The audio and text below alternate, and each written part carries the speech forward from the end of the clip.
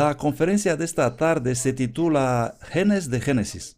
Y alguien me dijo que hay mucha similitud entre genes y Génesis.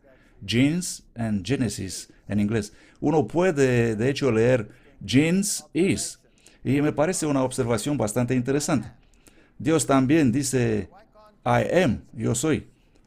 Él es, por lo tanto, ¿por qué no genes is? Genes es. Bueno, es un juego de palabras en inglés. Esta tarde vamos a hablar de la filosofía que está detrás de la selección natural y de la ciencia de la evolución en general. El fundador de esta teoría es Charles Darwin, que había aceptado una posición de naturalista en el barco de la Armada de Inglaterra, Beagle, y ha estudiado la diversidad de los organismos mientras este barco viajaba alrededor del mundo. Particularmente dibujaba mapas de Sudamérica y tareas similares. Por supuesto, en realidad él no vino con ningún concepto original propio. Estos conceptos que él promovió ya existían desde mucho tiempo, incluso de la época de los griegos. Y el abuelo de Charles Darwin había sido un proponente de las ideas naturalistas. Darwin había recibido también una educación teológica y él creía, en el momento que participaba en aquel barco, Darwin creía en aquel entonces que Dios había creado especies inmutables e inalterables. ¿Comprenden? En aquellos tiempos la mentalidad de la gente era de tal forma que ellos pensaban que Dios había creado todo lo que existe en este planeta de modo individual y, por supuesto, la ciencia naturalista excluye esa posibilidad. Cuando Darwin viajaba en Beagle, se le ocurrió la idea de la selección natural y vamos a hablar sobre eso en detalle en un momento. Básicamente el concepto es este. Si tienes 3 jirafas, por ejemplo, las que tengan el cuello más largo tendrán la ventaja selectiva a la hora de alimentarse de las ramas más altas y por eso serán seleccionadas para tener más descendencia que finalmente reemplazará a los con el cuello más corto. Esta es la enseñanza básica de la selección natural. Y existe un contraconcepto conocido como lamarquismo. Lamarck enseñaba que los animales, al intentar alcanzar las ramas más altas, finalmente conseguirían alargarse el cuello. ¿Comprenden? Estos son los dos conceptos contrarios que existían en el tiempo cuando Darwin formuló su teoría. Por supuesto, el darwinismo es reconocido como una teoría científicamente lógica, mientras que el lamarquismo está actualmente desacreditado. Yo siempre le explico a mis estudiantes de esta forma. ¿Están volando los pájaros porque tienen alas o tienen alas porque están volando? ¿Cuál es la correcta? ¿Cuál de esas dos piensan ustedes que es la correcta? Bueno, por supuesto que los pájaros vuelan porque tienen alas. Por eso pueden volar. Así que primero tienes que tener las alas para que luego puedas volar. Y si tienes diferentes alas, pues entonces unos pueden volar mejor que otros y así la selección natural puede comenzar a operar. Los pájaros no desean volar y debido a su deseo desarrollan alas, porque si fuera así, entonces todos nosotros podríamos tener alas también, ¿no es así? Porque el hombre siempre ha deseado volar. Así que la ciencia nos dice que el objeto tiene que estar presente para que la selección pueda ocurrir, y eso es bastante lógico, y por lo tanto el darwinismo es superior al lamarquismo. Es interesante que la ciencia está dispuesta a reconocer eso, pero cuando la situación se complica, entonces ellos vuelven otra vez al lamarquismo. Esto es muy interesante. Si se acuerdan, ayer hemos hablado sobre la evolución del hombre. Y una de las teorías que ellos tienen sobre cómo empezó a andar el hombre erguido es que vivía en una época cuando la hierba era muy alta, ¿correcto? Y como no podían ver por encima de la hierba, ¿qué hicieron? Se levantaron sobre sus patas traseras para mirar por encima de la hierba. Y eso finalmente condujo al desarrollo del andar recto. ¿Es eso darwinismo o lamarquismo? Eso es lamarquismo. ¿No es interesante? Así que la ciencia desecha el lamarquismo, pero lo usa cuando se le muestra útil. Y en realidad, cada uno puede conjeturar de varias maneras respecto a este asunto. Y cuando Charles Darwin viajaba en ese barco, en Beagles, y desarrolló todas estas ideas y las volvió a regalar a la sociedad, él era bastante tímido sobre estos temas. Pero afortunadamente para él había otro hombre en el semblante del cual podemos ver una expresión más dura, el señor Huxley, conocido también como el Bulldog de Darwin. Y él se hizo cargo de los desafíos y la defensa de Darwin frente al mundo científico y es acreditado con ganar para la ciencia en un debate con el obispo Wilberforce, debate que no ganó en bases científicas, sino debido a la burla y el desprecio que el obispo arrojaba sobre la ciencia. ¿Comprenden? La actitud, el comportamiento fue el que determinó el ganador y no necesariamente el mensaje, lo que es bastante triste y es para nosotros una buena advertencia para que seamos muy prudentes en el modo de tratar estos asuntos. Cuando llegaron a la costa de Sudamérica cerca de las islas de Galápagos, Charles Darwin estaba muy interesado en estas islas y en las islas de Galápagos él encontró unas muy interesantes criaturas. Y ayer hemos visto algunas de ellas, como esta gigante tortuga y esas hermosas iguanas marinas de Galápagos y otras criaturas interesantes. Pero entre ellas había también estos pinzones. Y estos pinzones eran únicos. Algunos de ellos tenían picos largos, algunos tenían picos cortos, algunos tenían picos mucho más grandes, y esos picos eran adaptados a ciertas circunstancias. Por ejemplo, los con picos más grandes podrían romper las semillas más duras para conseguir el alimento, y los con picos más pequeños debían alimentarse de manera diferente. Tanto que algunos de ellos incluso desarrollaron un método de uso de herramientas para poder obtener gusanos y lo que había dentro de la corteza de las plantas, así que cada uno de esos pinzones era ligeramente distinto. En el continente los pájaros cantores son acreditados con esta variedad, pero aquí los pinzones presentaban esta asombrosa variedad. Ahora debe de tener en cuenta que en la época cuando Darwin andaba por ahí, la ciencia de la genética era desconocida. Gregor Mendel había hecho su trabajo, pero yacía olvidado en algún lugar bajo un montón de polvo en algún monasterio. Nadie sabía nada sobre la genética y por lo tanto se desconocía cómo se heredan y transfieren las características. En aquel entonces solo sabían que Dios había creado especies inmutables e inalterables. Y existía un científico llamado Carlos Linneo que había tomado todas las criaturas que el mundo conocía y las había clasificado conforme a lo que se conocía como nomenclatura binominal. Es decir, todos tenían dos nombres. Así, por ejemplo, nosotros seríamos Homo sapiens, dos nombres. Y de este modo cada criatura obtuvo su nombre y era considerada como creación única. Y el número de las especies creció considerablemente hasta que hoy en día tenemos alrededor de millones de especies. Cuando Darwin miró esas criaturas, pensó y dijo, ¿no sería tal vez posible que al principio hubo una sola familia de pinzones en estas islas y que todos los actuales habrán evolucionado a partir de esta primera pareja? ¿Es esta una suposición lógica? Sí, es una suposición lógica.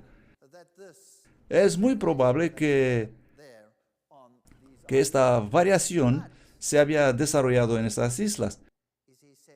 Pero lo que dijo Darwin entonces, él dijo, bueno, entonces Dios no creó especies inmutables e inalterables. De hecho, ni existe tal cosa como la creación. Por lo tanto, Dios fue eliminado de la ecuación. ¿Fue necesario desechar a Dios? Esta es la pregunta que debemos responder esta tarde. El problema principal es que todo lo que se veía en aquellas islas no era inmutable.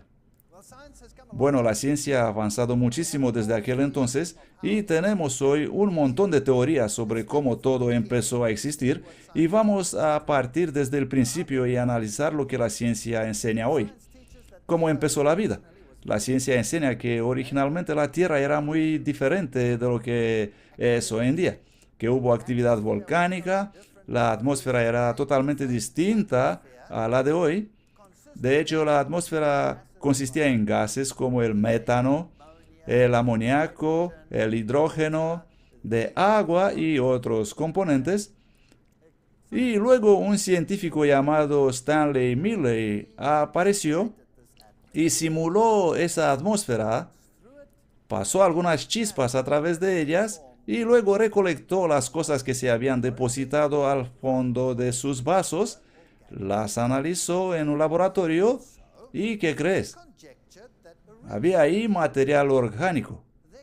Y de este modo empezó a conjeturar que originalmente en el planeta podría haber existido una sopa orgánica con un montón de moléculas orgánicas que se habían formado ellas mismas y desarrollado a través de largos periodos de tiempo en moléculas necesarias para la vida y luego mediante varios procesos finalmente se reunieron para formar los primeros organismos vivos. Eso parece muy bonito y bien, excepto un gran número de problemas existentes. Primero, la atmósfera debe ser una que no contiene oxígeno. Esto es muy importante, por lo tanto, se supone que la atmósfera reductora de la Tierra primitiva contenía hidrógeno, amoníaco, dióxido de carbono, metano, nitrógeno y agua. ¿Y de dónde vinieron todos esos? Bueno, ellos dicen que de los gases volcánicos, aunque los gases volcánicos también están asociados con el monóxido de carbono, dióxido sulfúrico, así que no encajan muy bien, pero no pasa nada. Digamos que era como la actual atmósfera con oxígeno, y aún así la evolución de las moléculas había sido imposible porque el oxígeno quema todo. El oxígeno había destruido todo el proceso de desarrollo debido a la oxidación. Por eso todos los científicos están de acuerdo que debió haber sido una atmósfera reductora. Pero ¿qué hizo Miller? Él produjo chispas en esta atmósfera y recolectó lo que se formó y lo analizó. Si hubiera dejado todo en esa atmósfera para un siguiente ciclo, entonces todo lo que se había formado hubiera sido destruido por el siguiente proceso. Así que necesitaba una salida. ¿Pero existe alguna salida en este planeta entonces? Probablemente no. Pero existe un otro problema. Y este es que algunas moléculas de vida, para formarse, necesitan diferentes circunstancias. Por ejemplo, si observamos los aminoácidos, vemos que existen diferentes aminoácidos y cada uno de esos aminoácidos tiene este grupo NH2, este grupo amino, como aquí. Y este aminogrupo NH2 tiene que, por supuesto, ser derivado de esa atmósfera y viene del amoníaco. Ahora, si tienes amoníaco en la atmósfera, el azúcar no puede formarse. Así que existe un grave problema. Además, necesitas un ambiente muy ácido para formar eso y luego debes tener solamente el aminoácido exacto formado y eso no se puede porque cuando tú pones las chispas en el ambiente obtienes aminoácidos de ambos grupos. Obtienes todo tipo de aminoácidos donde el aminogrupo se une a todos estos carbonos a lo largo de la cadena y no necesariamente al primero carbono cerca de este primer grupo, que es el grupo carboxilo. Por lo tanto, si tienes un solo aminoácido equivocado en alguna parte de la cadena, todo se vuelve disfuncional. Así que eso es un grave problema. Necesitas las circunstancias adecuadas y además necesitas los mecanismos para seleccionar únicamente aquellos aminoácidos que son útiles para la vida. Uno solo si está equivocado aquí, ¡pum!, tendrás un problema. Además, incluso si obtienes los aminoácidos, ¿cómo haces que ellos se junten, que se agrupen? Necesitas enzimas para eso. Eso significa que necesitas una proteína para hacer otra proteína. ¿Comprenden? Es un poquito problemático. El siguiente problema es que si quieres obtener los bloques constructivos de ADN que contienen nuestros genes, entonces necesitas circunstancias totalmente distintas. Para poder desarrollarse, necesitas eliminar todo el nitrógeno de la atmósfera, cambiarlo en una solución de cianuro, multiplicarlo por 10, disolverlo en el océano, y así puedes obtener esas moléculas. Pero entonces no tendrás nada más. Si necesitas hacer este azúcar, del cual hemos hablado antes, que es necesario en una molécula de ADN, por ejemplo, como la ribosa, entonces la atmósfera no puede contener amoníaco. Y si no tienes amoníaco, no tienes aminoácidos. Por lo tanto, tendrás que tener muchos planetas para poder crear estas cosas. No es de extrañar que la ciencia dice que eso no fue posible en este planeta, por lo tanto debió haber ocurrido en el espacio. Y ellos tienen una teoría respecto a esto llamada panspermia. La molécula ADN es una asombrosa historia de la vida, incluso si puedes conseguir formar todos los bloques constructivos. ¿Cómo conseguirás formar una cadena que contenga toda la información que necesitas para la vida? ¿Cómo conseguirás hacer eso? Jamás se pudo demostrar eso en un laboratorio, ya que se necesita un muy complicado sistema de enzimas que formarán estos enlaces de alta energía encerrada en esas moléculas. Y la probabilidad de que estas moléculas se formen es tan remota que podemos decir que es una imposibilidad. Vamos a ver cuál sería la probabilidad, por ejemplo, de que la explosión de una bomba debajo de una pila de madera, boom, que al caer otra vez en el suelo, formaría esta casita perfectamente funcional. ¿Cuál sería la probabilidad? La probabilidad es muy remota. Si le damos una buena probabilidad, una probabilidad no muy severa, digamos que la posibilidad será de 1 de 10 elevado a la potencia de 80.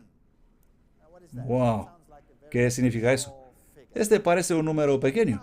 10 a la potencia de 80 es lo que la física declara como siendo el número de las partículas de todo el universo. Partículas. Eso significa no solo átomos, pero también subpartículas. Electrones, hadrones, quarks, neutrones, protones, del universo entero. ¿Cuántos átomos contiene una cabeza de alfiler? Billones y billones y billones y billones y billones y billones, ¿correcto? Así que imagínese cuántos átomos hay en todo el universo. Suena alucinante, pero como número es solo 10 con 80 ceros detrás. No es un número muy grande cuando lo estás mirando, pero eso es realmente alucinante, imposible de calcular o comprender.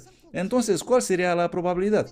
¿Cuál sería la probabilidad de que un solo gen llegue a existir por casualidad? Se necesitan 3 nucleótidos para codificar un aminoácido en una proteína.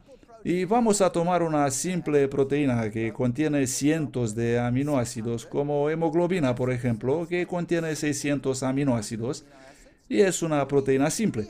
Así que necesitas 300 nucleótidos en la secuencia correcta. ¿Cuál es la probabilidad de que eso ocurra por casualidad? Bueno, la probabilidad es de 10 a la potencia de 127. Eso es como si, ¡boom!, Nueva York fuera establecida enteramente así como está hoy por una explosión nuclear. ¿Pueden creer eso? Pues necesitarías mucha fe para creer eso. Si miramos estas moléculas de ADN, podemos ver que es una construcción magistral. Consiste en estas dos espirales que forman el marco de las moléculas de fósforo y las bases entre ellas, y en la secuencia en que están basadas se encuentra la información sobre todo lo que ocurre en la célula. A estos genes nosotros llamamos genotipo. Y cuando estos genes son expresados, los llamamos fenotipos. Permítame explicar estos términos. Es muy importante que podamos comprender cómo la ciencia describe los eventos evolutivos alrededor del sistema genético. El genotipo se compone de todos los genes realmente presentes en el cigoto, es decir, en el óvulo fecundado. Todos los genes que yo tengo componen mi genotipo, pero no todos los genes que tengo son expresados. Lo que es expresado es mi fenotipo. Si quieres echar un vistazo a tu fenotipo, vete y siéntate delante de un espejo y lo vas a saber. Ese es tu fenotipo. Existe una ley de la evolución que declara lo siguiente: la selección natural solo puede operar a nivel del fenotipo, nunca a nivel de genotipo. Recuerden eso. Vamos a repetirlo. La selección natural únicamente puede operar a nivel del fenotipo, nunca a nivel del genotipo. ¿Por qué no? Permítanme ilustrar un ejemplo. Dos personas van caminando en un parque natural, y digamos que hay muchos animales salvajes en ese parque. Y una persona es alto y delgado, y el otro es bajito y gordito. Y ahora aparece un predador detrás de un arbusto y los ataca. Un león, un oso, lo que sea. Y los dos arrancan como una moto. ¿Cuál de ellos es más probable que va a terminar como siendo la comida del animal? El bajito y gordo, ¿no? Bien. Por lo tanto, el bajito y gordo era ¿qué? El fenotipo. El fenotipo bajo y gordo no tiene ni la más mínima esperanza contra el fenotipo alto y delgado. Así que, conforme a la selección natural, el bajito y gordo se va y el alto y delgado permanece. ¿Correcto? Así es como funciona eso. El animal no se preocupa con la demás información de tus genes. Solo está interesado en cómo estás y cuán rápido corres. ¿Correcto? Solo eso. Así que la selección natural no trabaja a nivel del genotipo. Entonces, ¿qué trabaja a nivel del genotipo? ¿Cómo son cambiados los genes con el tiempo? No por la selección natural, sino por las mutaciones. Así es. ¿Y cómo ocurren las mutaciones? Son aleatorias, ocurren al azar, y una vez expresadas en el fenotipo, entonces pueden ser seleccionadas. ¿Comprenden? Pero tenemos que recordar que Charles Darwin no sabía nada sobre eso.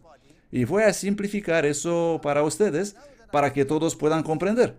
Sé que hay personas que tienen algunos conocimientos biológicos y otras personas que no tienen esos conocimientos.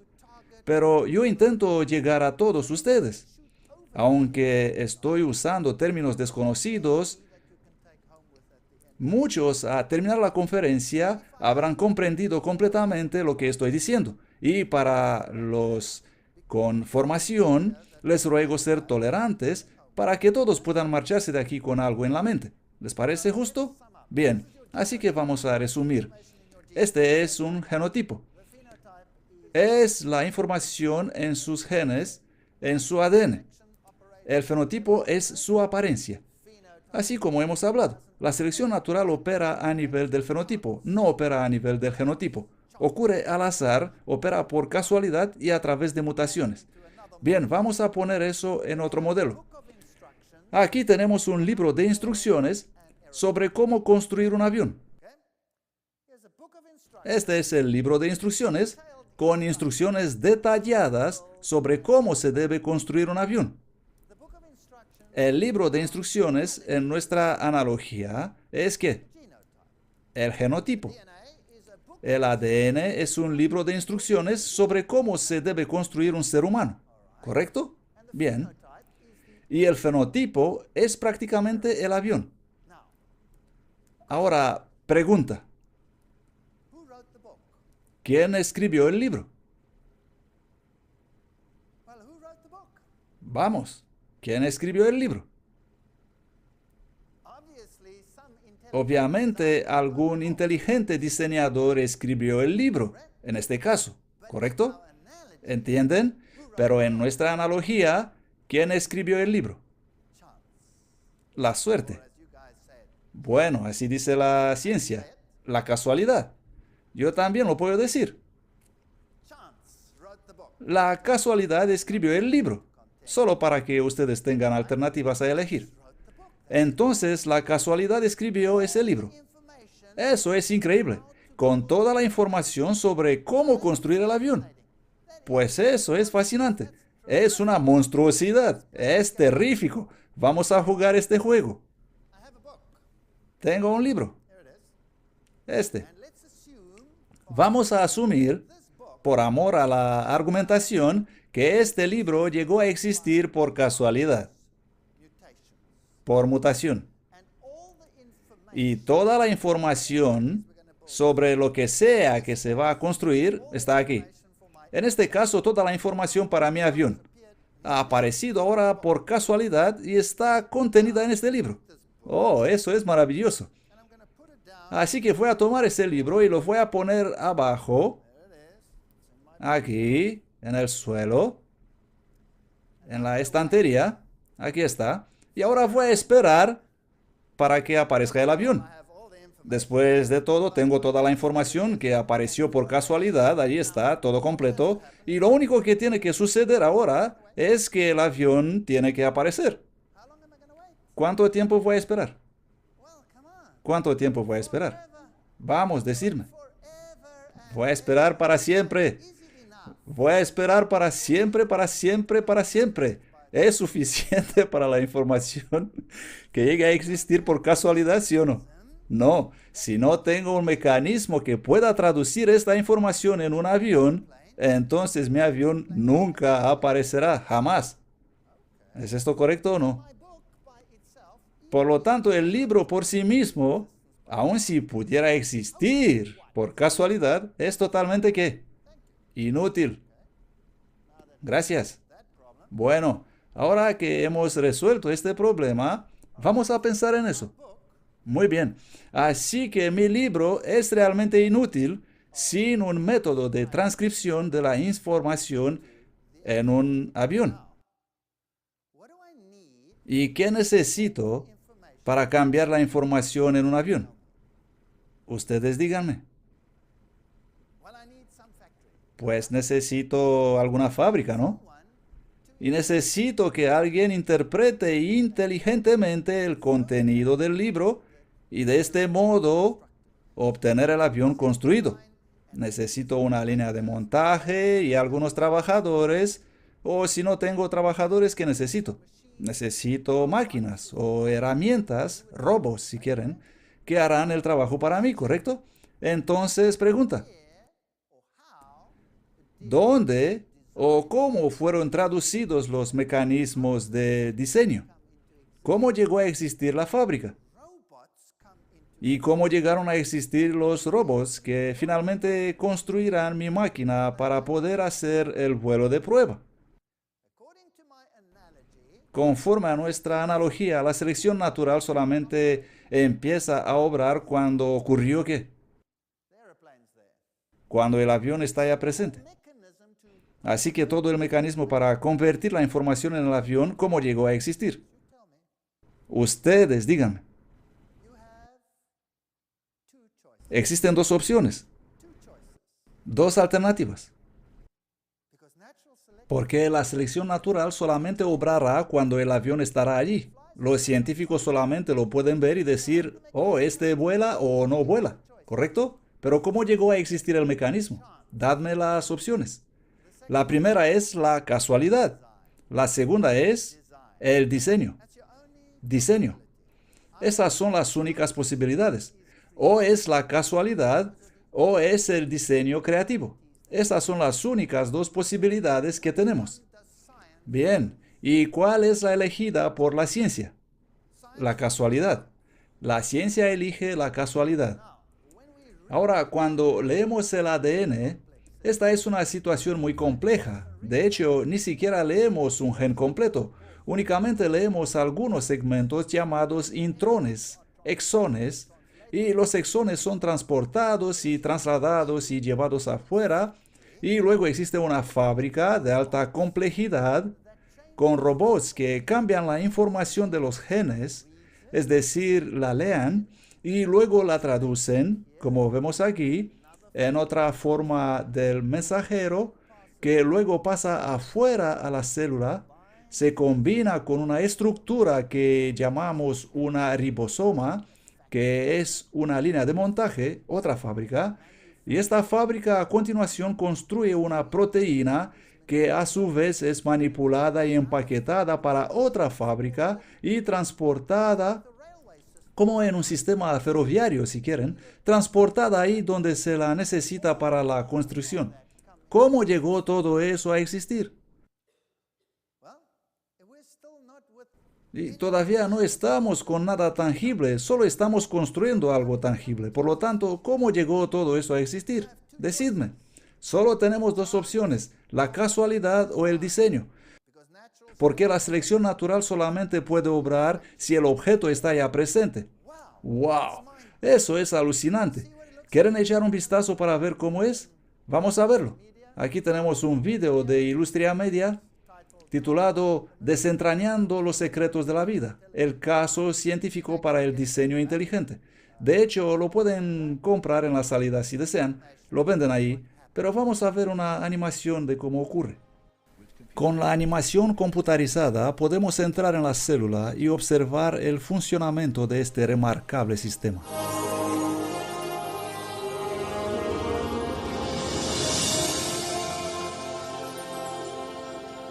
Después de entrar en el corazón de la célula, vemos las cadenas de ADN estrechamente unidas, almacenes para las instrucciones necesarias para construir cada proteína en un organismo.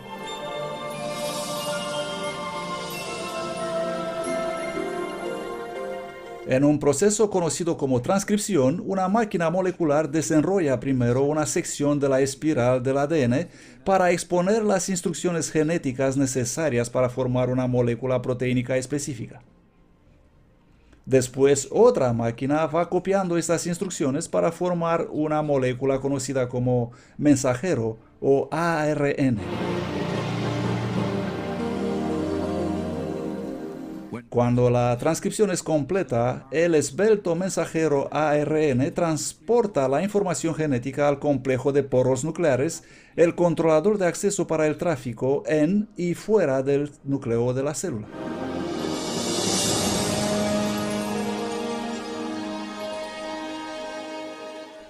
El mensajero ARN se dirige a una fábrica molecular de dos partes llamada ribosoma. Después de conectarse de forma segura, empieza el proceso de traducción.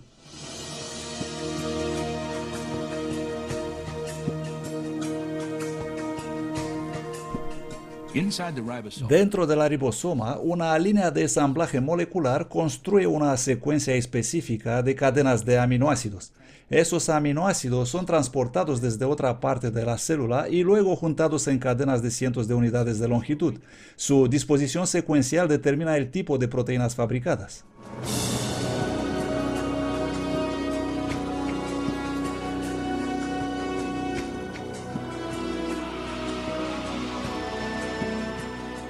Cuando la cadena es terminada, es trasladada del ribosoma a una máquina en forma de barril que ayuda para empaquetarla en forma precisa. Proceso crítico para su correcto funcionamiento.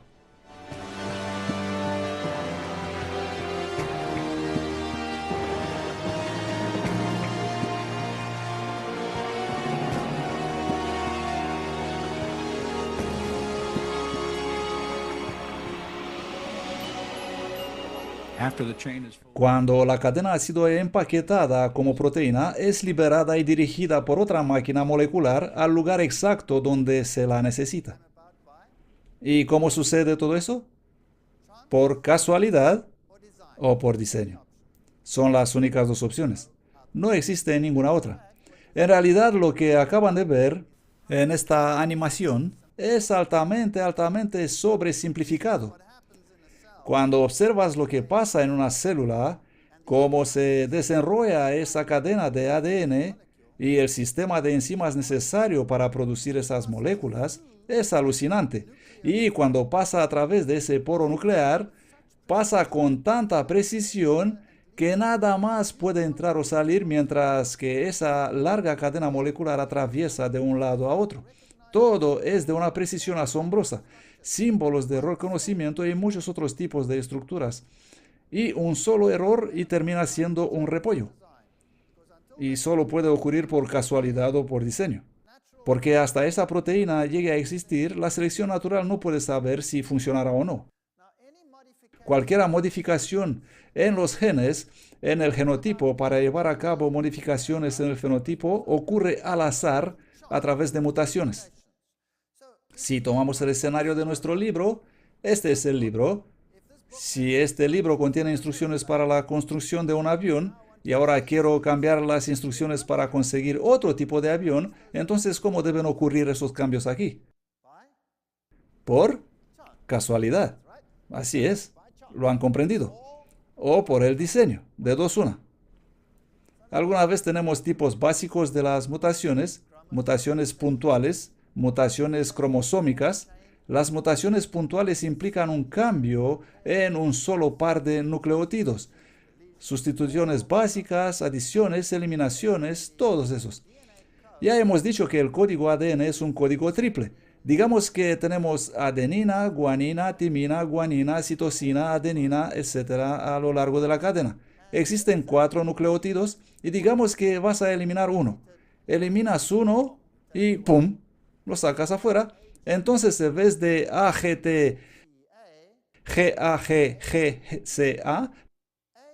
tendrás AGT, AGG, CAT, TCG, GCT. Y eso significa que todo el mensaje a partir del segundo núcleo estará cambiado. ¿Y qué significa eso? Vamos a ponerlo simple. Vamos a usar un código de 3 letras. The cat and the hat. El gato y el sombrero en inglés. Vamos a eliminar la C y entonces vamos a leer the ata. Eso significa que la mutación ha hecho una basura ilegible del resto de la información genética, ¿correcto? Es por eso que generalmente las mutaciones son perjudiciales, increíblemente perjudiciales. Esa no es una mutación, es así para verse más guay. Pero la complejidad de las características del diseño de construcción de esa criatura es realmente alucinante. Y existen tales cosas como mutaciones útiles. La ciencia les van a decir que sí. Y les darán como ejemplo la anemia de células falciformes y dirán que esa es una mutación útil. Y si tienes esta enfermedad de células falciformes y vives en un país donde hay malaria, entonces el parásito de malaria no puede entrar en las células falciformes y así no te enfermas de malaria, cuando otros se enferman de malaria. Así que mira, todo eso es positivo. Pero les aseguro que no hay nada positivo en eso. Si alguien tiene la enfermedad de células falciformes, es una persona bastante enferma. Está bastante mal, por lo tanto no es una mutación positiva en absoluto. Únicamente ocurre que en el caso de malaria estará menos enfermo que uno que tiene malaria, pero estará todavía enfermo. Así que no hay ninguna mutación positiva. Imaginemos ahora la primera pequeña célula que llegó a existir jamás, simplemente por casualidad. Altamente improbable, las moléculas no llegan a existir solo por casualidad debido a distintas circunstancias. E incluso si lo hicieran, ¿podrán ellas formar la vida? Algo altamente improbable. Si no, tendrás que imaginar, boom, aparece la casita entera, boom, la casita, boom, otra casita, y miles de veces más, y realmente tendrás que creer eso porque la casualidad o el diseño son las únicas dos opciones que tienes. Pero digamos fortuitamente que aparece una célula por casualidad. Y ahora tengo una célula. ¿De cuántas células se compone nuestro cuerpo? ¿Miles? Y todas son diferentes. Así que, ¿cómo puedes explicar que una pequeña criatura unicelular, a través de la evolución, da lugar finalmente a un organismo multicelular?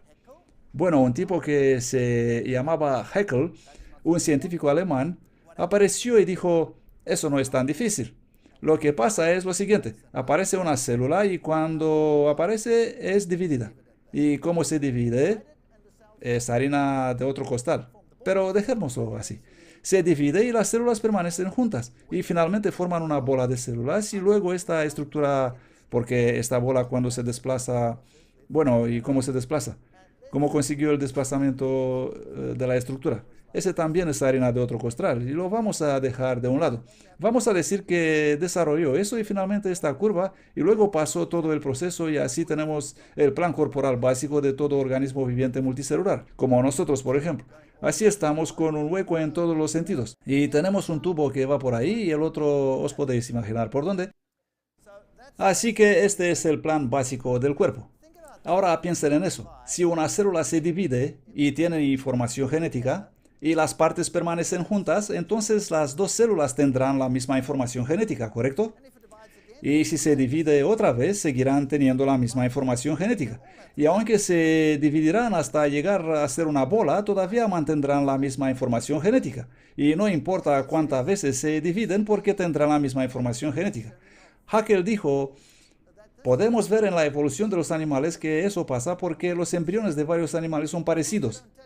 Por supuesto, no les van a decir que él mintió enormemente en este proceso e incluso fue reprimido al más alto nivel debido a eso. ¿Y cómo se puede explicar entonces este increíble hecho de que una mutación puede cambiar las células? Podemos suponer que una mutación puede cambiar la forma de una célula en otra cosa. Digamos que eso es posible, pero no es eso lo que buscamos. Nosotros queremos desarrollar distintas células con información distinta. Y vamos a tomar, por ejemplo, dos. Una célula muscular y una célula nerviosa. Dos células muy diferentes. ¿Existieron ellas desde el principio? ¿Sí o no? Digamos que por casualidad una gotita de protoplasma empezó plup, plup, plup, plup, plup, en el océano. ¿Podría haber sido eso una célula muscular o una célula nerviosa, sí o no? No, eso debería ser una innovación más tardía. Y entonces, ¿de dónde recibió la célula muscular y la célula nerviosa sus informaciones distintas genéticas? Una célula muscular debe tener genes que le dirán, tú eres una célula del músculo. Y una célula nerviosa debe tener genes que le dirán, tú eres una célula del nervio. ¿Comprenden? Pero nada de eso existía en el principio. Pero digamos que la primera célula se parecía algo a eso. Podría tener esa forma o la otra forma, pero ¿de dónde vino la forma? Por lo tanto, lo que se necesita es un nuevo gen que diga, hola, tú eres ahora una célula nerviosa. ¿Entienden? Pero eso no es suficiente. Si tengo una célula nerviosa en mi cuerpo y tengo una célula nerviosa aquí en mi brazo, ¿para qué me servirán si las dos nunca hablan una con la otra? ¿Me serían útiles? No. ¿Me ayudaría algo si tendría células musculares y nerviosas por todas partes de mi cuerpo, sí o no? Por supuesto que no. ¿Dónde necesito tener mis células nerviosas? Necesito tenerlas en el lugar correcto. Por ejemplo, sería muy útil si quieres estudiar tener muchas aquí arriba, ¿correcto? Y si quieres levantar algo y usas para eso una célula cerebral, no te serviría mucho. Así que necesitas tener tus células musculares aquí abajo, ¿no? Bien, entonces, ¿cómo le digo a la célula que los genes para los músculos deben estar aquí y los genes para el cerebro deben estar ahí? ¿Cómo puedo transmitir eso? Pues necesito un interruptor. Si tengo dos luces, una aquí y otra ahí, y si quiero encender una y apagar la otra o encender a las dos, ¿cuántos interruptores necesitaría? Dos. Así es. Así que necesito los interruptores porque tengo dos células, pero las células originales eran iguales. No había dos células distintas, así que no necesitaban interruptores. Así que ahora tenemos una pregunta. ¿De dónde vinieron los genes extra? Es decir, los genotipos. ¿Cómo llegaron a existir? Solo hay dos posibilidades, casualidad o diseño. Es decir, ¡boom! Y una casa aparece de la nada. ¿De dónde aparecieron los interruptores? Necesitan los interruptores. ¿De dónde aparecieron? ¡Boom! Aparece otra casa. Y ¡boom! Aparece otra casa. Así aparecieron. Eso es lo que tienes que creer. No tienes otra alternativa en absoluto. Y todo ese mecanismo de alta complejidad que enciende y apaga los genes tuvo que aparecer por casualidad o diseño. Y aún eso no sería suficiente. Necesitas genes que digan, tú te pareces a eso, y necesitas genes que digan, tú te pareces al otro. Necesitas dos genes. Necesitas un gen que diga, tú enciéndete y tú también. Eso significa otros dos genes que serían los interruptores. Y aún así no sería suficiente. Necesitas también genes que controlen la fisiología de modo que esa puede funcionar diferente de la otra. Y necesitas genes que controlen la embriología para que puedan trabajar juntos. Hola, ¿de dónde aparecieron todos estos genes? Se trata de genotipos y la selección natural no puede operar hasta que todo esto funcione. Boom, aparece una casa, boom, aparece otra casa, boom, aparece otra casa, de la nada, ¿eh? Boom, aparece otra casa. Para una semana tienes que repetir eso sin parar.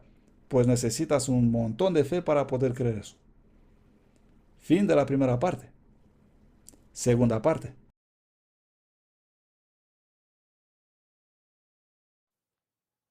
Hemos hablado en la primera parte de la conferencia sobre cómo llegaron a existir esos genes que no pudieron aparecer por casualidad, ya que tenemos esta alta improbabilidad de que eso pudo ocurrir. Y ahora tenemos otro problema llamado el problema de la complejidad irreducible. Algo que es tan complejo que antes de que sea completamente funcional, tiene que aparecer también por casualidad.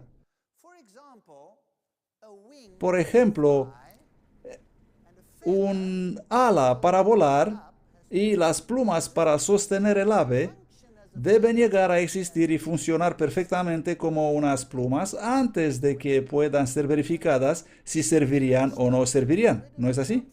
Así que, ¿de dónde aparecieron esas estructuras? Esas son preguntas que en realidad causan al darwinismo mucho dolor de cabeza, como ustedes pueden ver aquí. Hagamos un texto. Vamos a suponer que encontramos una vía bioquímicamente muy complicada en un pájaro. Algo muy complicado. Digamos el ciclo de Krebs. Cuando eres estudiante y observas estas cosas, existen muchas reacciones y se necesitan muchos genes para hacer funcionar el ciclo de Krebs. Digamos que encuentras el ciclo de Krebs en este reptil y encuentras el ciclo de Krebs en este insecto y encuentras el ciclo de Krebs en este cangrejo y en ese gusano y en ese gusano y en ese equinodermo y en estas esponjas. ¡Wow! Has encontrado el ciclo de Krebs en todos ellos. ¿Qué te dicen eso? Te dice que todos ellos deben estar relacionados. Y como un pájaro y una esponja son muy distintos, eso significa que este sistema altamente complejo debe haber estado ahí desde el principio. ¡Wow!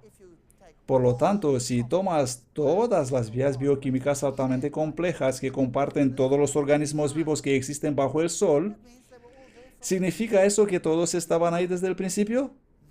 Oh, ahora se trata de ¡boom! La ciudad de Nueva York completa. ¡Boom! La ciudad de Nueva York completa con todos los ascensores funcionando y todas las puertas teniendo cerraduras y todo el bullicio de la ciudad y las sirenas tocando, todo apareciendo por casualidad. Realmente hay que tener un montón de fe para creer eso. Echemos un vistazo a la selección. La selección elimina fenotipos anormales y normaliza la población estabilizando la selección. Vamos a tomar una sola forma de selección. ¿Qué hace? Elimina los fenotipos anormales. Bien. Tenemos dos aviones. Uno vuela bien y uno no vuela bien. Voy a seleccionar uno y eliminar al otro. Eso es lo que hace la selección. Y ahora vamos a llevar eso a la biología. Observemos las polillas. Porque la población posee genes oscuros, las polillas se han adaptado cada vez más a las zonas industriales con origen de Inglaterra. Esta es la teoría que ellos nos sirven. Y luego nos muestran esta imagen donde vemos una polilla de color claro sobre un fondo oscuro y una oscura sobre un fondo claro. O al reverso, una oscura sobre fondo oscuro y una polilla blanca sobre fondo oscuro. Y ellos dicen que cambiaron por culpa del hollín. Pero esa es una mentira porque en realidad no pasa eso. No pasa eso en absoluto. Ellos pegaron las polillas sobre los fondos oscuros o claros, pero en realidad no pasa eso. Ellos solo suponen que eso podría ocurrir, ¿comprenden? Y vamos a continuar con esa teoría de ellos, una bonita teoría, y digamos que la zona es generalmente oscura. ¿Cuál de esas polillas tendrá la mayor posibilidad de sobrevivir? Obviamente la blanca, ¿no? Por supuesto que no será la negra. ¿Por qué? ¿Por qué los pájaros no la podrán ver? Así que los pájaros vienen y se comen la polilla blanca. Tup, tup, tup. Y finalmente, ¿qué pasará con la polilla blanca? Va a desaparecer. ¿Y cómo se llama eso en la ciencia? Extinción. La selección natural elimina aquellos genotipos que no pueden sobrevivir sobre estas circunstancias. Bien, ahora vamos a hacer un poco de matemáticas. Hemos empezado con ¿cuántas pollillas? 2. La selección natural eliminó una. ¿Cuántas nos quedan? Una. Bien. ¿La selección natural añadió o restó? Restó, correcto. La selección natural de los dos que existían eliminó una y quedó una. Ahora mi pregunta para ustedes es la siguiente. ¿Cómo puedes utilizar un proceso, en este caso la selección natural, que produce cada vez menos para obtener cada vez más? Porque empiezas con unos cuantos animalitos y llegas a tener un sinnúmero de animales en el planeta, ¿no es así? ¿Cómo consigues eso? No puedes utilizar un mecanismo que produce cada vez menos para obtener cada vez mayor producción. Así que eso no tiene ningún sentido. En el pasado solía existir mucha más variedad de lo que existe hoy. La selección natural seguramente está eliminando las cosas. Aquí tenemos el grupo de los perros. Y tenemos desde pequeños perros hasta perros grandes y tenemos todos estos tipos de perros de distintas formas, con distintas orejas, con todos estos animalitos. Y miren las orejas largas y caídas del perro San Huberto y de Collie y todos estos tipos de pelo que vemos aquí. Todo esto presente en la familia de los perros. Pregunta. Obviamente los antepasados, todos estos perros vienen del lobo, deben haber tenido genes para todos estos aspectos, ¿no es así? Debe haber existido estos genes. Pregunta, ¿de dónde vinieron esos genes? 2 opciones. ¿Casualidad o diseño? Por toda esta variedad. Porque no vino por la selección natural. Porque la selección natural no está creando nada, está eliminando. Solo está sorteando entre las cosas que existen ya formadas. En el pasado decían que todos estos caracoles pertenecen a distintas especies. Hoy en día sabemos que todos son de la misma especie. Bajo ciertas circunstancias, algunos conjuntos de genes se activan y bajo otras circunstancias, otros conjuntos de genes se desactivan. Y así es, en realidad, que aquí tenemos un conjunto de genes. Algunas mariposas, por ejemplo, tienen distintos aspectos y en diferentes estaciones. Y algunas de esas criaturas, como esta paloma, en realidad debe contener todos los genes que existían en la paloma salvaje de cual viene. Esto significa palomas grandes, palomas pequeñas, palomas negras, palomas blancas, palomas muy monas y todo tipo de extrañas palomas que se han generado a partir de la paloma salvaje. ¿De dónde vinieron todos esos genes? Estaban ahí. Ya sea que fueron construidos por algún diseñador o llegaron a existir por boom, casita, boom, casita, boom, casita. Esto es lo que tienes que creer en términos de probabilidad. Miren la variedad aquí, desde el negro al blanco, desde oscuro al claro, desde pequeño a grande. Esta es una interesante criatura llamada quagga. Es un tipo extinguido de cebra que solo tiene rayas en ciertas partes del cuerpo y en el resto no tiene rayas. Y se extinguió hace unos 300 años. Y luego encontraron una piel en un museo y mientras la limpiaban, los taxidermistas descubrieron, wow, que existía todavía unos vasos sanguíneos pegados en la piel bajo la grasa secada. Y contenían glóbulos rojos en la sangre seca. ¿Y qué hicieron? ¿Qué hacen ellos con la sangre en general? Lo envían para el análisis ADN. Y cuando vino el resultado de las pruebas, ellos se quedaron sorprendidos, porque el ADN era idéntico con el de las cebras que viven hoy en día. ¡Wow! Así que tomaron una cebra común y empezaron a estudiar cómo criarla a fin de conseguir resucitar el quagga. Y de este modo tenemos otra vez el quagga. Por lo tanto, ¿es esto evolución o únicamente variedad en el acervo genético? ¿Qué piensan ustedes? ¿Qué fue? Se trata solamente de variedad en el acervo genético. Aquí tenemos 2 mariquitas, la típica con el rojo y negro y esta otra completamente negra. Originalmente decían que eran 2 especies distintas, hasta que descubrieron, oh, espera un momento, esta con rojo y negro aparece en el otoño y esta negra aparece en la primavera. Así que obviamente existen dos conjuntos de genes en estas criaturas. Un conjunto de genes se activa en el otoño y el otro conjunto de genes se activa en la primavera. Así que tenemos dos alelos aquí, dos posibilidades, dos genes codificados para distintos aspectos. ¿De dónde vinieron estos genes? Casualidad o diseño, las únicas opciones. Y en todos esos tenemos exactamente la misma historia. Vamos a imaginarnos estos y todos los insectos. Los insectos pasan por distintas etapas. Al principio es una larva. ¿Qué aspecto tiene una larva? Se parece a un gusano. Luego aparece la pupa, que tiene el aspecto de un saquito colgando por ahí. Y luego puedes tener una mariposa o cualquier otra cosa que se desarrolló ahí. ¡Wow! Eso significa que deben existir baterías completas de genes codificados para todos estos completos y distintos organismos. Si no conocieras nada sobre los insectos y te daría una grasa y grandote oruga, ¿no la clasificarías como una especie distinta de mariposa? ¿Sí o no? Por supuesto que sí. Por lo tanto, ¿de dónde vinieron todos estos genes? Esos códigos. Bajo ciertas circunstancias, oruga. ¿Y luego qué pasa con estos genes? Tic, tic, tic, tic, tic, tic, tic, tic, tic. Son interrumpidos, cambiados, y otro conjunto de genes en el ADN es activado. Tic, tic, tic, tic, tic, tic, tic. La pupa. Y luego estos genes son interrumpidos, transformados, y otro conjunto es activado. Tic, tic, tic, tic, tic. Y tienes una mariposa. Tres conjuntos de genes completos en esos organismos. Cada gen o tuvo que aparecer por casualidad o por diseño, porque la selección natural no obra a ese nivel. ¡Wow! Alucinante. Por lo tanto, si quieres tener un ratón que no puede ser visto en el ambiente, como el Perognathus californicus, sobre el fondo claro o sobre el fondo oscuro, dos conjuntos de genes, cada vez, boom, casita. Conejos que pueden cambiar su color según las distintas estaciones, boom casita, lagartijas que pueden hacer lo mismo, procesos que modifican el genotipo para aumentar la variación. Por supuesto que la ciencia habla sobre esto diciendo, wow, tenemos un problema, tenemos un gran problema aquí. Si el ADN no puede ser controlado mediante la selección natural, todo ocurre por casualidad, y los genes tuvieron que aparecer por casualidad, y entonces la selección aparece para destruir partes de ellos y solo guardar algunos, vamos a tener cada vez menos.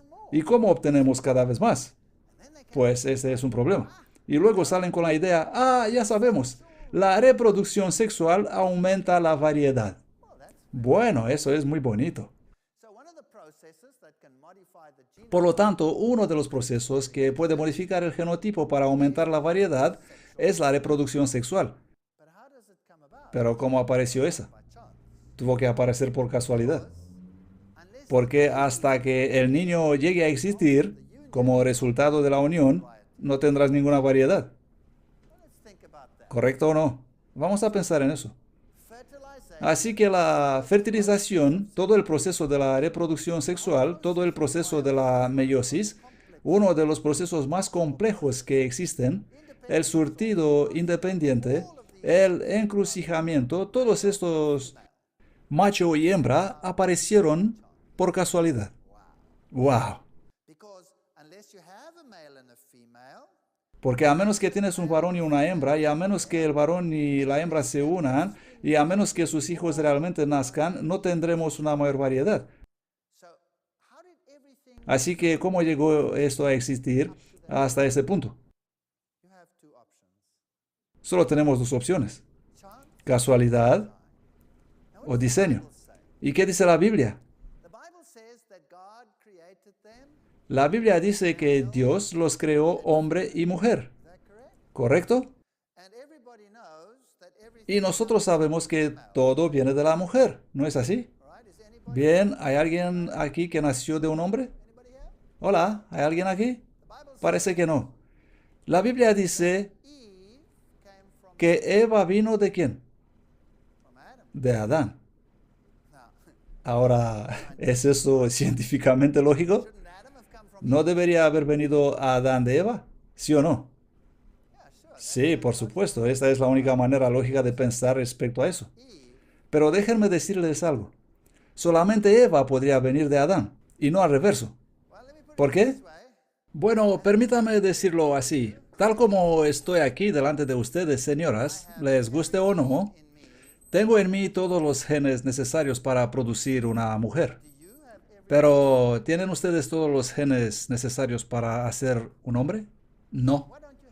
¿Qué no tienen ustedes? Ustedes no tienen el cromosoma Y, pero yo tengo el cromosoma X. Pero ustedes no tienen el cromosoma Y, así que no tienen todos los genes necesarios para producir un hombre. Le digo siempre a mi esposa, no olvides eso, y ella se enfada conmigo. Por lo tanto, solamente Eva pudo venir de Adán. La Biblia es completamente correcta respecto a esto. Pero la reproducción sexual y todo el proceso relacionado con ella dicen que apareció por casualidad. Aquí vemos lo ocurrido. Este es un cromosoma y vamos a decir que es del padre, y a su lado uno parecido que es de la madre y contiene genes similares y varios alelos de donde se obtiene la variedad. Así que tenemos 23 pares de cromosomas. La mitad de ellos son de nuestra madre y la mitad de ellos son de nuestro padre. Y durante la meiosis se alinean de esta manera. Todo este proceso que produce eso está simplemente reordenando las letras en mi libro. No está creando un avión. Hasta que el avión llegue a existir, no sé qué pasa. Lo único que hago es mezclar letras. Esto todavía no significa nada en términos de selección natural. Y así se juntan, luego se dividen en este complicado proceso y luego hacen algo asombroso. Cambian información genética. Así que cuando estoy produciendo células germinales, o mi esposa produce óvulos, y esos se juntan, entonces ocurre este proceso. Por lo tanto, de mi madre y de mi padre, puedo crear una mezcla de genes por cruzamiento de los genes. Wow, eso no es tan fácil. Lo que se necesita es una enzima que corra a través del ADN, y luego es necesaria otra enzima que funciona como un par de tijeras que corta uno, la ligasa, y luego se necesita otra enzima que les pega, y mientras tanto se está desenredando esta estructura, causando un nudo. Por lo tanto se necesitan enzimas reductoras de estrés que liberan el estrés, una configuración magnífica, y luego se vinculan entre sí de modo que se colocan exactamente en el lugar correcto. Pero si cortas únicamente un nucleótido de más, y hay millones de ellos, y esta reacción ocurre en toda la célula, un solo corte, un único nucleótido de más, y el próximo gen leerá, y en vez de ser un ser humano, acabas de ser un repollo. No se permiten errores. No hay lugar para errores aquí. ¡Wow! Y aparecerá como eso. Y todo eso debe desarrollarse para obtenerse eso. Y hay giros y vueltas y recombinaciones, un sistema altamente complicado, pero lo único que hace es reordenar las letras del libro. Es como tener un programa de ordenador cortado y guardado en distintas carpetas. No produce todavía nada hasta que no esté todo reunido para construir el programa. Por lo tanto, ¿cómo llegó a existir todo este mecanismo? Este mecanismo muy complicado, que es tan complicado, según acabamos de ver en el video, ¿cómo llegó a existir? ¿Casualidad o diseño? Son las únicas dos posibilidades. Aquí tenemos algunos peces de cueva. Observen que no tienen ojos. Oh, esta es una nueva especie, dice la ciencia. Esta es una nueva especie. Interesante. Aquí tenemos algunos escarabajos de cueva ciegos y cangrejos de cueva ciegos, y una salamandra de cueva ciega y una cucaracha de cueva ciega. Todos ellos especies nuevas, ¿no?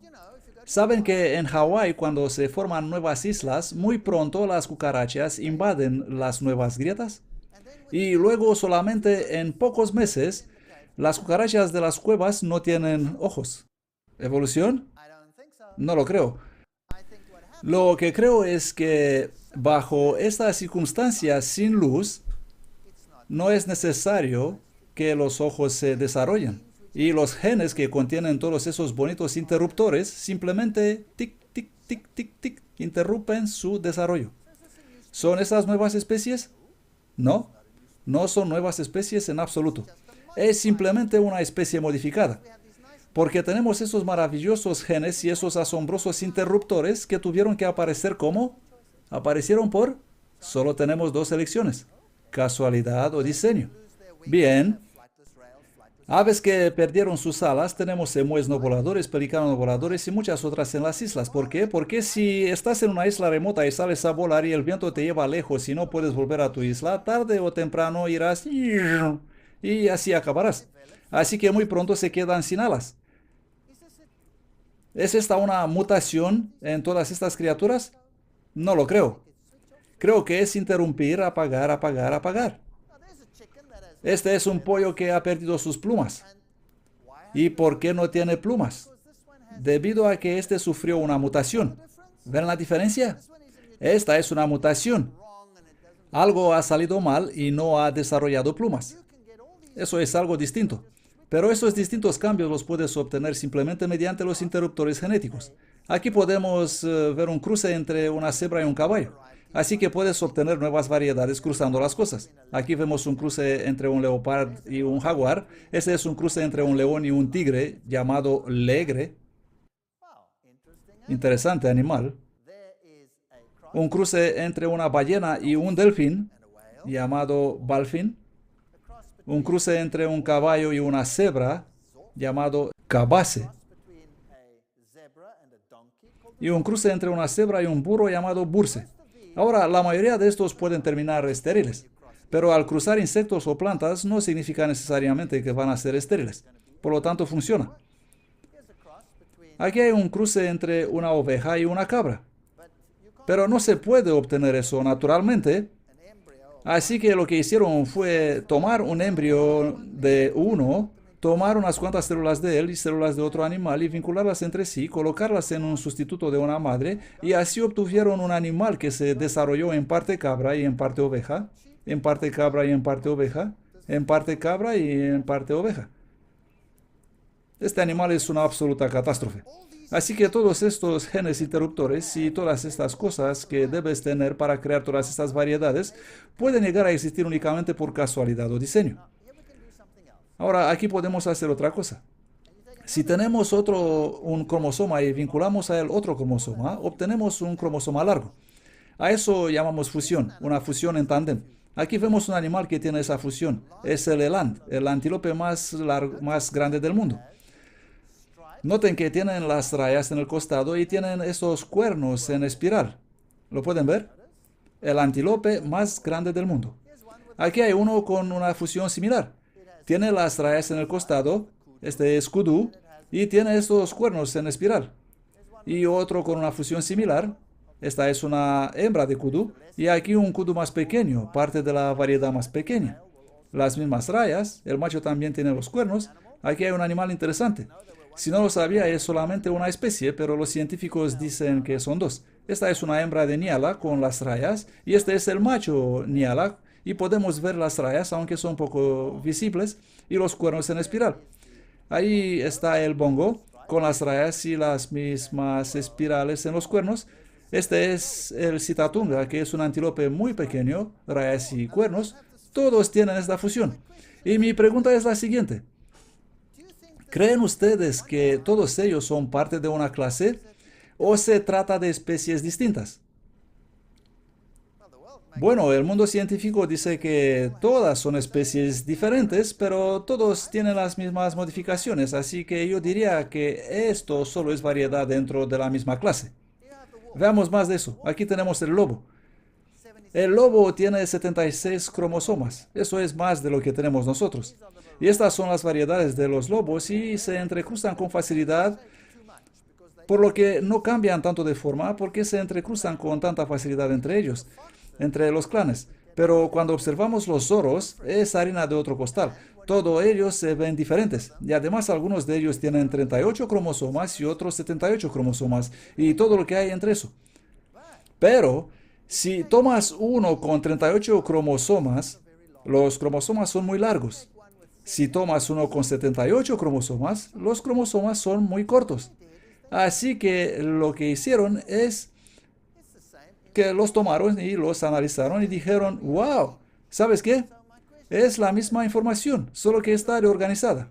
Así que mi pregunta es la siguiente: si nos fijamos en estas criaturas, si nos fijamos en los perros salvajes y en las razas de perros actuales, aquí tenemos un afgano y un pastor belga y un papilón, debemos sabemos que son parte de la misma especie y es solamente variedad. Y estos son los perros salvajes. Y dicen que son otra especie, pero en realidad todos ellos tienen los mismos genes, simplemente reorganizados, organizados de otra manera. No es material nuevo, sino simplemente material reorganizado. Así que la pregunta, de todos estos perros salvajes, perros y lobos y coyotes, ¿cuántos de ellos creen ustedes que entraron en el arca de Noé? Una pareja, una sola pareja. Y de esa única pareja salió toda esa variedad. De todos los antílopes que hemos visto, ¿cuántos tuvieron que entrar en el arca? Pues aquí les he puesto una trampa. 7 pares. ¿Por qué? Porque esos serán animales limpios, los otros serán impuros. Pero una vez más, la reducción del número de los animales que debería coger en el arca en realidad es bastante increíble. Muy pequeño. Si tomas al chacal, el zorro y el coyote son 3 especies. Bueno, y en su mente añaden el lobo. Ahora, el coyote se reproduce con el lobo. ¿Sabían eso? En Canadá, en el centro de Canadá, donde los coyotes son muy grandes, se reproducen con el lobo. En la costa, el coyote es más pequeño y no se reproduce con el lobo. Pero el coyote se puede reproducir con el lobo. Y los chacales pueden reproducir con el coyote. Si vas a Australia, ahí está el dingo y este es un perro. Y pueden ver qué parecidos son.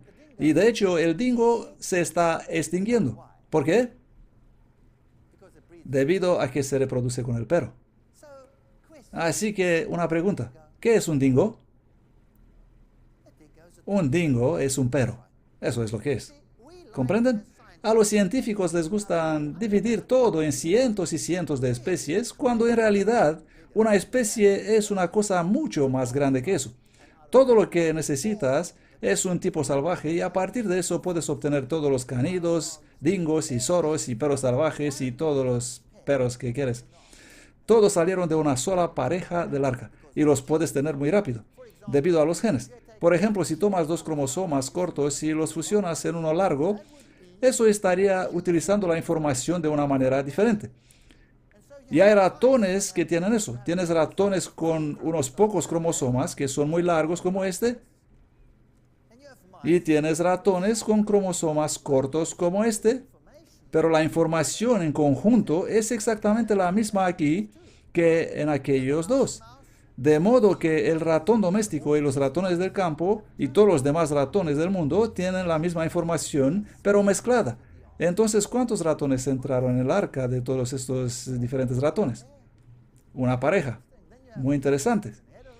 Luego hay diferencias en la heterocromatina y todo tipo de otras cosas interesantes. Y tenemos algo más que aumenta la variedad. Tenemos los genes a los que llamamos transposones, de donde se puede tomar una pieza de información y trasladarla a otra parte del ADN. No crean ustedes que eso es algo muy simple. Todo eso ocurre a nivel de un gen.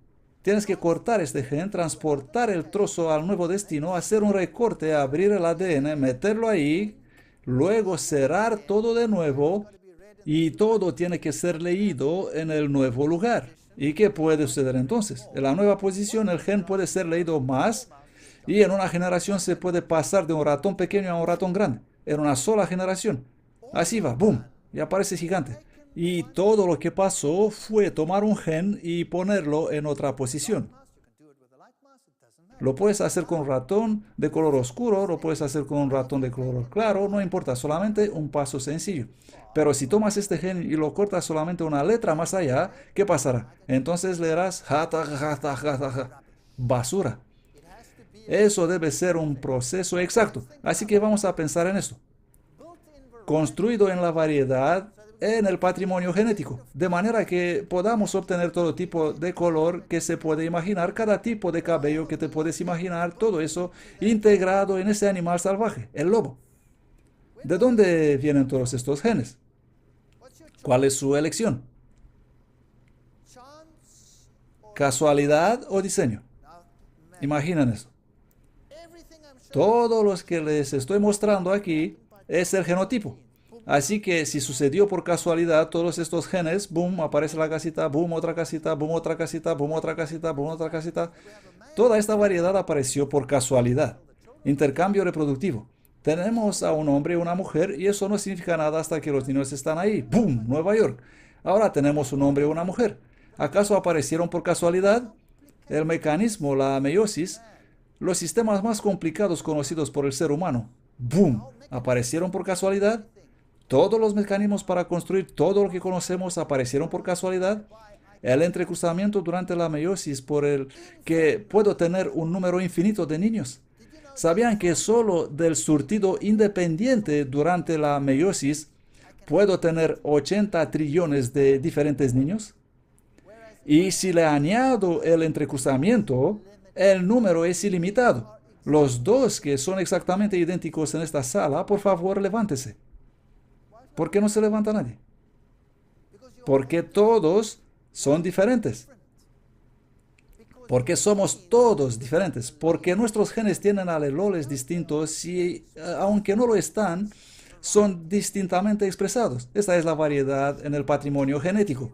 La recombinación de los cromosomas que nos da todos esos tipos de lobos y perros salvajes y todos esos antílopes, casualidad o diseño, el ADN transponible.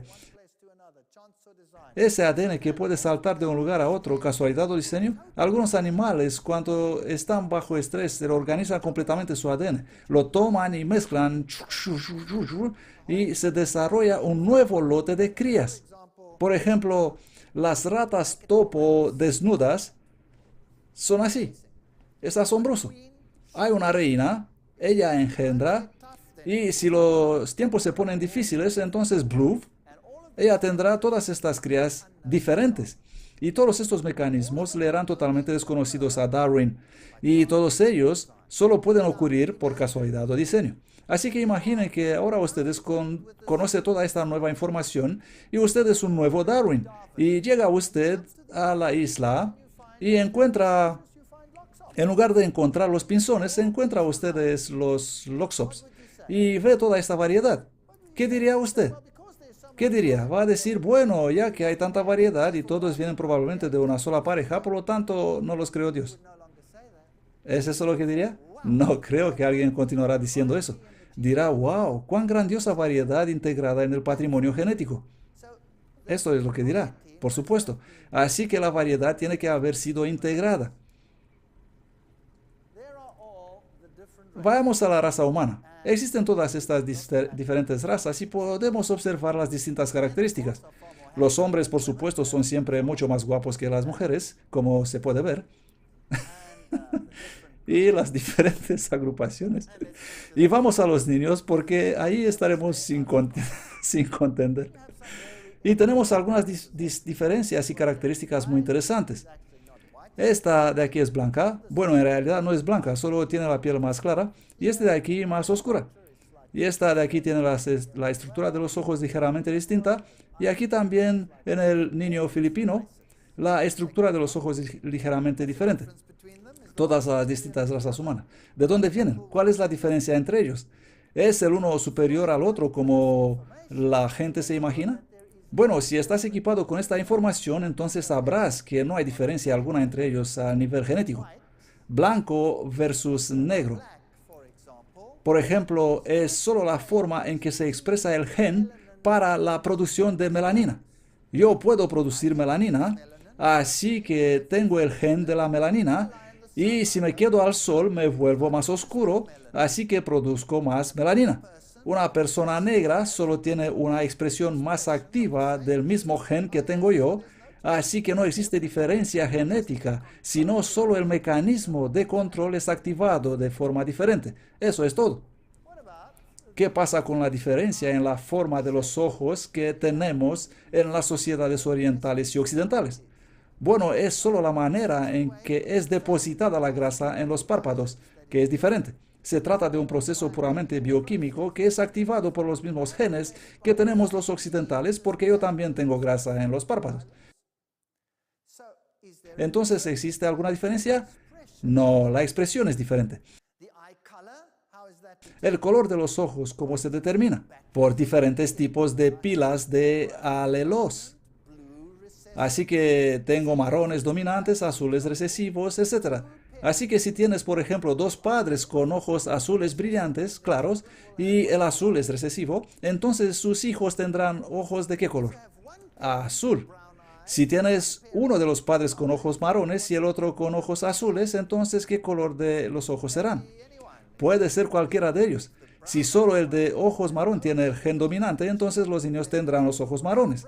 Si los tiene recesivos, el otro también tendrá ojos azules. Entonces puedes tener cualquiera de los dos. Así que yo lo explico a mis alumnos de esta manera. Si ambos padres tienen ojos marrones, o uno de ellos tiene ojos marrones y sus hermanos y hermanas tienen ojos de otro color, está bien. Si ambos padres tienen los ojos azules claros y sus hermanos tienen los ojos marrones, bueno, entonces el padre fue probablemente el cartero.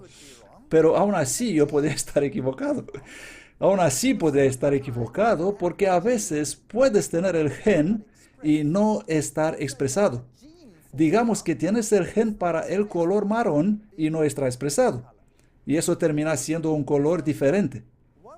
Podría ser azul. Por lo tanto, lo que estamos viendo aquí es una enorme capacidad para la variedad. Aquí tenemos la mosca Drosophila muli y la Drosophila digressa, y se ven totalmente diferentes. Observen que esa tiene los ojos muy rojos, la otra tiene los ojos casi negros, algunas de ellas tienen ojos blancos, algunas no tienen ojos en absoluto, algunas tienen alas largas, otras tienen alas cortas y otras no tienen alas, algunas tienen un cuerpo, otras tienen dos cuerpos, pero todas ellas son moscas de fruta. Una pregunta, aquí hay un piano. Imaginemos que las teclas del piano son los genes. ¿Cuántas melodías puedo tocar en el piano? Una infinidad, un número enorme, una infinidad de canciones, ¿correcto? Sí. Y si tuviera una guitarra por aquí, ¿cuántas melodías podría tocar con la guitarra? Una infinidad de canciones. Y así podría mencionar todos los instrumentos musicales, pero ¿cuántas canciones de guitarra puedo tocar con el piano? Ninguna. Sigue siendo un piano. Y lo puedo expresar en distintas melodías, al igual que con nuestro ADN. Así que Dios tiene que ser un amante de la variedad. ¿Tiene esto sentido? Y todos los sistemas de genes y todas las variedades que vemos deben ser una expresión de ese amor por la variedad. Esta es la única elección, a menos que quieras creer que todas estas estructuras y toda esta complejidad de las que hablamos esta noche se produjo por casualidad. Creo que se necesita más fe que cualquier otra cosa para creer eso. Nadie en su sano juicio, si cogiera un reloj, diría, este reloj fue hecho por la casualidad. Y los procesos que hemos visto en las células que tenían que aparecer por casualidad son millones y millones de veces más complejos que cualquier otra cosa que el hombre haya concebido jamás, incluyendo todo lo que se tuvo que inventar para viajar al espacio. Nada se aproxima siquiera a la complejidad de lo que ocurre en una célula. ¿Y apareció eso por casualidad? En cuanto a mí y mi familia, preferimos creer en un diseñador. Pero la elección les pertenece a ustedes. Pueden, si así lo desean, creer en boom, la casita. Gracias.